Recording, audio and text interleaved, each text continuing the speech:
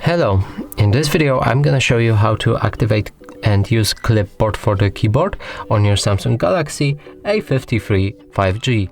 So in order to do that, we'll need to open any app that allows our keyboard to pop up, and in this case I will use Messages. Now make your keyboard pop up right here and press on this clipboard icon right here. So now you've accessed the clipboard and I have no items right here. So in order to add something, we'll need to go back to our keyboard and write something that we want to add. So right now I will use the word elephant.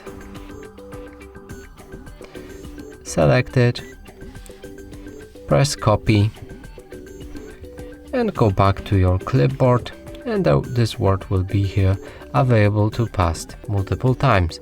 And you can also do it with full sentences as well.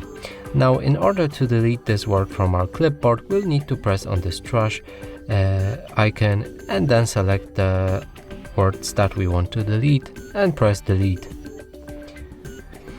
And that's it for this video. Hope you like it. Please consider subscribing to our channel, leave a like and a comment below.